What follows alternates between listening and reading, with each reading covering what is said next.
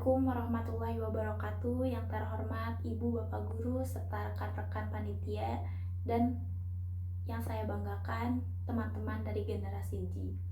Selamat siang dan salam sejahtera untuk kita semua. Kita semua tahu bahwa smartphone dan media sosial seperti Instagram, TikTok, dan X adalah inti kekuatan komunikasi saat ini. Dan kita hidup membersamainya, namun media sosial memiliki dua sisi. Ia bisa menjadi jembatan menuju peluang atau bisa juga menjadi rantai yang mengikat produktivitas dan kesehatan mental kita. Hari ini kita tidak akan membicarakan tentang larangan, namun kita akan membacakan tentang masalah kontrol. Kita akan belajar bagaimana menjadi tuan atas gadget kita, bukan malah kita yang malah diperbudak olehnya.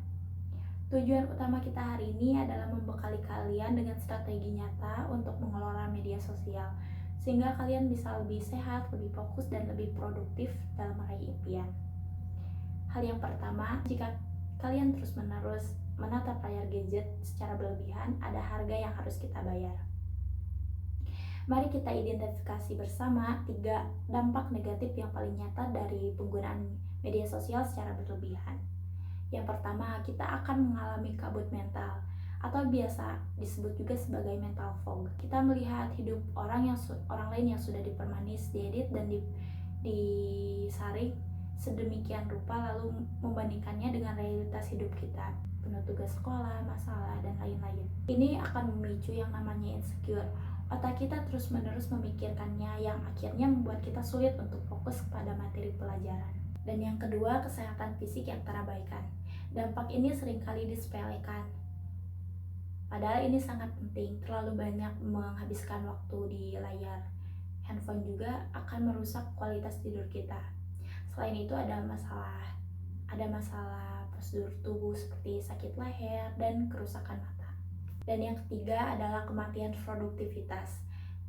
Jika kalian memiliki tugas yang seharusnya dikerjakan dalam waktu 30 menit, itu sering sekali berubah menjadi 3 jam. Itu karena setiap 5 menit sekali jari kita tanpa sadar melakukan scroll tanpa tujuan. Media sosial adalah mesin waktu yang mencuri jam-jam berharga kita yang seharusnya bisa kita gunakan untuk belajar, olahraga, atau mengembangkan skill baru, menjadi terhalang karenanya. Sekarang kita tahu masalahnya.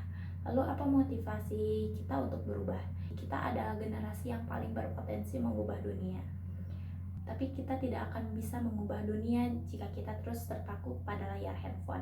Prioritaskan interaksi tatap muka dan dunia nyata. Temukan kebahagiaan saat kalian memutuskan untuk tidak online dan tidak melihat update baru, dan hadir sepenuhnya di kehidupan nyata. Seperti misalnya 1 jam mengobrol serius dan tertawa lepas bersama teman-teman di kantin.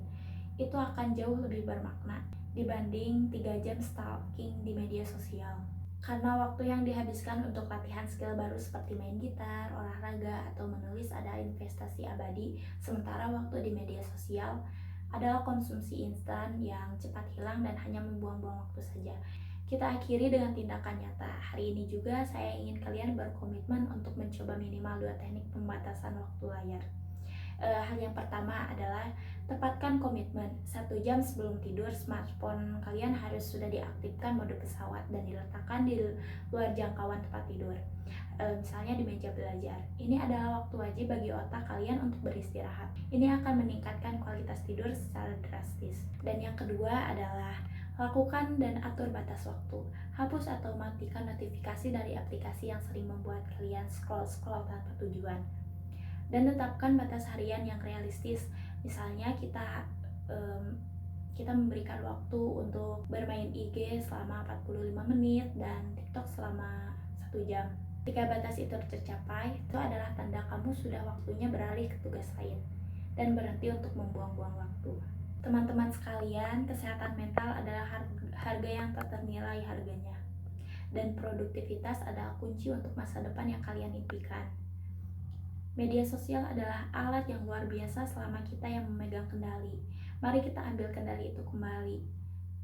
Mari kita jadi generasi yang tidak takut untuk tertinggal tren, tidak takut untuk tertinggal berita viral, tapi takutlah jika kita melewatkan kesempatan emas dalam kehidupan nyata.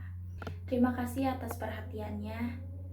Selamat berjuang menjadi Gen Z yang bijak dan berintegritas digital. Wassalamualaikum warahmatullahi wabarakatuh.